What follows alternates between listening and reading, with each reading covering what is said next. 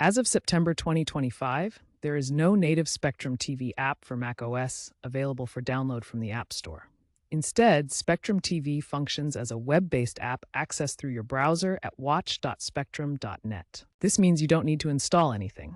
Simply open Safari, Chrome, or Firefox on your MacBook Pro running macOS 10.15 or later, navigate to the website, and log in with your Spectrum credentials. This setup supports streaming live TV, on-demand content, and accessing your cloud DVR.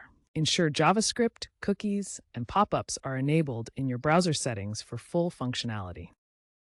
To optimize your Spectrum TV web app streaming experience on MacBook Pro, start with a stable internet connection of at least 25 Mbps for HD streaming with support up to 4K on compatible plans. If you encounter DRM errors with premium channels, try switching to Chrome's incognito mode or clearing your browser cache to resolve playback issues. For quick access, create a browser shortcut to watch.spectrum.net or use tools like Fluid to create a desktop app wrapper for a more streamlined experience. Keep your browser updated for the latest security patches and compatibility improvements to ensure smooth streaming.